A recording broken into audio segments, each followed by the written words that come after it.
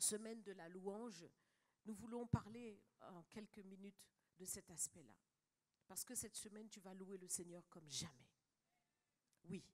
Chaque semaine, donc, nous apporte un thème par lequel nous nous positionnons et nous savons exactement comment nous devons orienter nos prières, orienter notre invocation au Seigneur.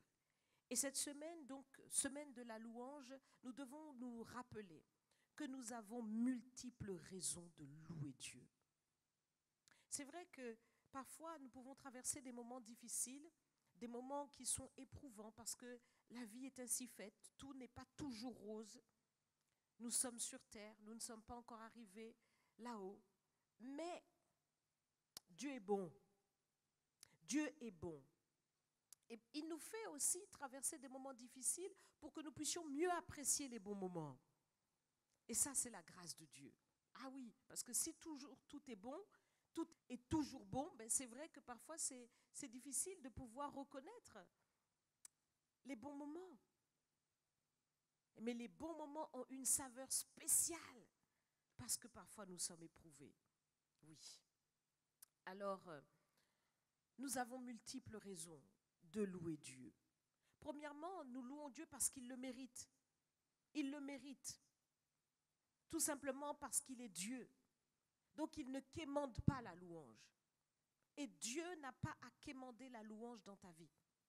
Dieu ne doit pas essayer de fouiller pour voir est-ce qu'il y a la louange en lui ou en elle. La louange doit être constamment, et c'était la prière du roi David, que ta louange soit constamment sur mes lèvres. Donc la louange doit être dans ta vie. Ça doit être vraiment ta respiration. Quand tu te lèves le matin, tu dois avoir une louange pour Dieu. Quand tu es sur la route, dans tout ce que tu fais tout au long de la journée, tu dois avoir une louange pour Dieu. Et quand tu te couches, tu dois avoir une louange. Parce que chaque mouvement que tu fais, c'est Dieu qui te permet de le faire. Et oui. Un jour donc, Jésus approchait de Jérusalem, nous le lisons dans Luc chapitre 19 au verset 37. Et lorsque déjà il approchait de Jérusalem vers la descente de la montagne des Oliviers, et quand on va en Israël, on voit exactement de là où il parle, toute la multitude des disciples, saisis de joie, se mit à louer Dieu à haute voix pour tous les miracles qu'ils avaient vus. Ils disaient, béni soit le roi qui vient au nom du Seigneur, paix dans le ciel et gloire dans les lieux très hauts. Quelques pharisiens, du milieu de la foule, dirent à Jésus, Maître, reprends tes disciples. Et il répondit, je vous le dis, s'ils se taisent, les pierres crieront. Les disciples étaient remplis de la joie du Seigneur parce qu'ils avaient vu des miracles. Ils avaient vu des choses extraordinaires que Dieu avait fait au travers de Jésus. Des délivrances extraordinaires, des guérisons, l'intervention du Seigneur, des exaucements puissants, la provision de Dieu. Tout cela, ils l'ont vu sous leurs yeux. Alors ils étaient émerveillés et ils se sont saisis de joie, ils se sont écriés. Béni soit le roi qui vient au nom du Seigneur. Ils ont eu cette louange qui a jailli de leur cœur. Et oui, toi aussi, tu as vu des choses que Dieu a faites dans ta vie. Tu as vu des choses. Peut-être qu'il y a longtemps, tu as vu des choses. Peut-être que c'est récent, tu as vu des choses. Tout le temps, le Seigneur renouvelle ses bontés. Chaque matin, il les renouvelle. Tu en as vu des choses. Le Seigneur a fait des merveilles. Amen. Ah oui, il en a fait. Notre Dieu est bon. Et donc, nous avons une raison de le louer. Que Dieu ne soit pas en train de quémander la louange dans ta vie. Parce que tu serais trop fatigué pour dire Père. Ou que tu trouverais trop lourd d'élever les mains pour louer le Seigneur.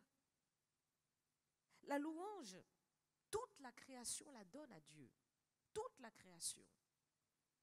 La Bible nous dit que les arbres battent des mains. Donc c'est le mouvement des feuilles avec le vent qui loue Dieu. Tu ne vas pas laisser l'arbre louer le Seigneur à ta place.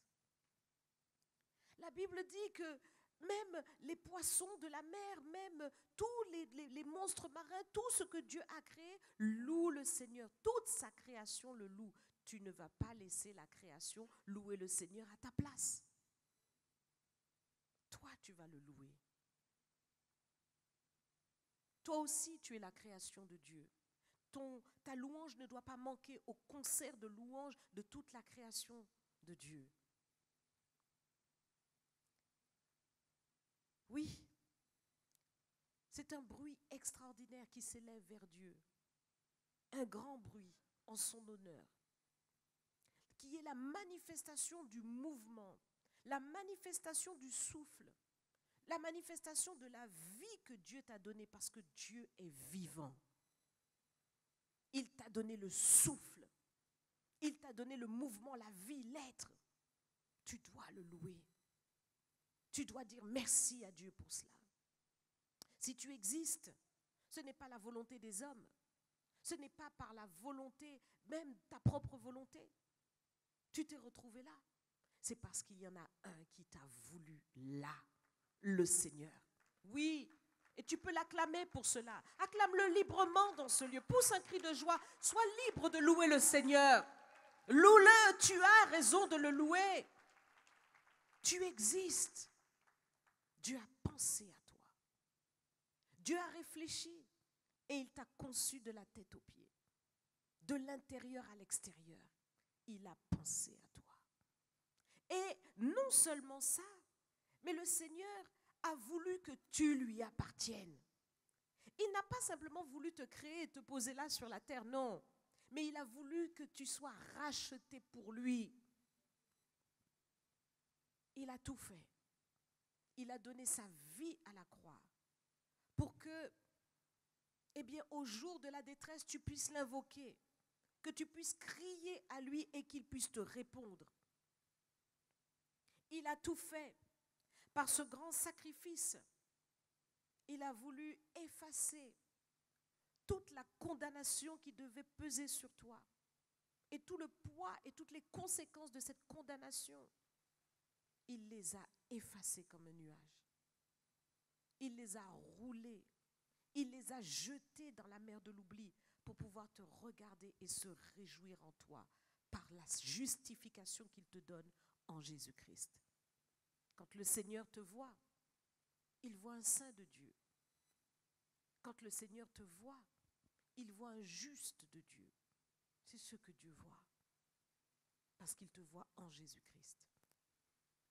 Dans Romains chapitre 5, verset 1, il nous est dit « Étant donc justifiés par la foi, nous avons la paix avec Dieu, par notre Seigneur Jésus-Christ, à qui nous devons d'avoir eu par la foi accès à cette grâce dans laquelle nous demeurons fermes et nous nous glorifions dans l'espérance de la gloire de Dieu. » Quelle grâce extraordinaire! Quelle grâce extraordinaire! Tu n'as rien mérité. Tu n'as rien mérité, mais tu as tout reçu par grâce. Dieu t'a fait grâce et Dieu t'a justifié tout simplement parce que tu crois. Tu crois que Jésus-Christ a pris ta place à la croix. Tu crois qu'il est vraiment le Fils de Dieu. Et tout simplement pour cela, le Seigneur a effacé ta condamnation et il a déclaré non coupable. Alléluia! Tu devrais l'acclamer plus que ça. Je te dis que tu as des raisons d'acclamer le Seigneur. Tu as des raisons de le louer. Tu as raison de le faire. Et si l'ennemi voudrait essayer de te rappeler quoi que ce soit de ton passé, dis-lui, mais si je ne loue pas le Seigneur, les pierres crieront. Alléluia. Si l'ennemi essaye de vouloir mettre quoi que ce soit sur toi comme culpabilité, s'il voudrait te rappeler des choses que tu as faites qui t'ont véritablement humilié, mais ton Dieu, lui, est celui qui t'a relevé. Il a couronné ta tête.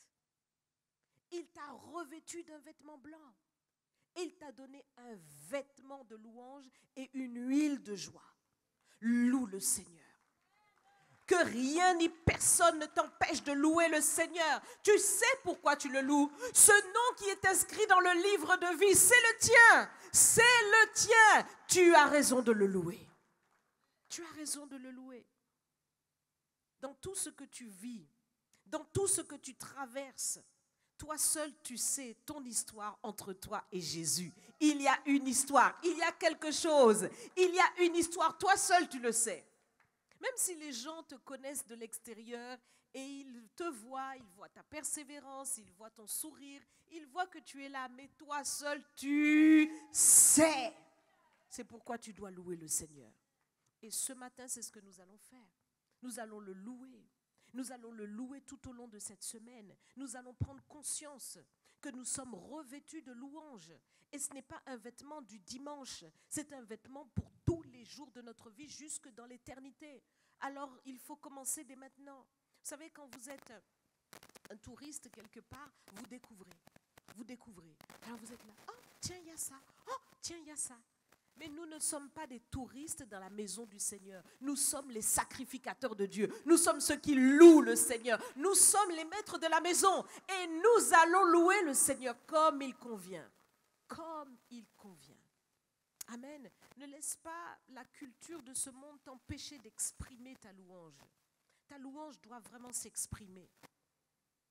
Parce que dans la culture de ce monde, on a tendance à penser que lorsqu'on est à l'église, il faut être un peu calme, un peu maîtrisé, un peu, voilà, on se tient bien droit et tout. Mais le Seigneur te connaît.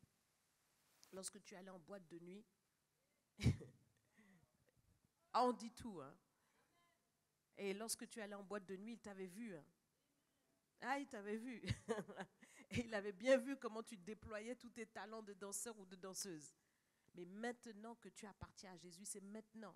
C'est maintenant qu'il faut que tu déploies tes talents de danseur et de danseuse. Tu dois louer le Seigneur avec ta danse. Tu dois louer le Seigneur avec tes mains. Tu dois pousser des cris de joie pour Dieu. Oui, c'est maintenant.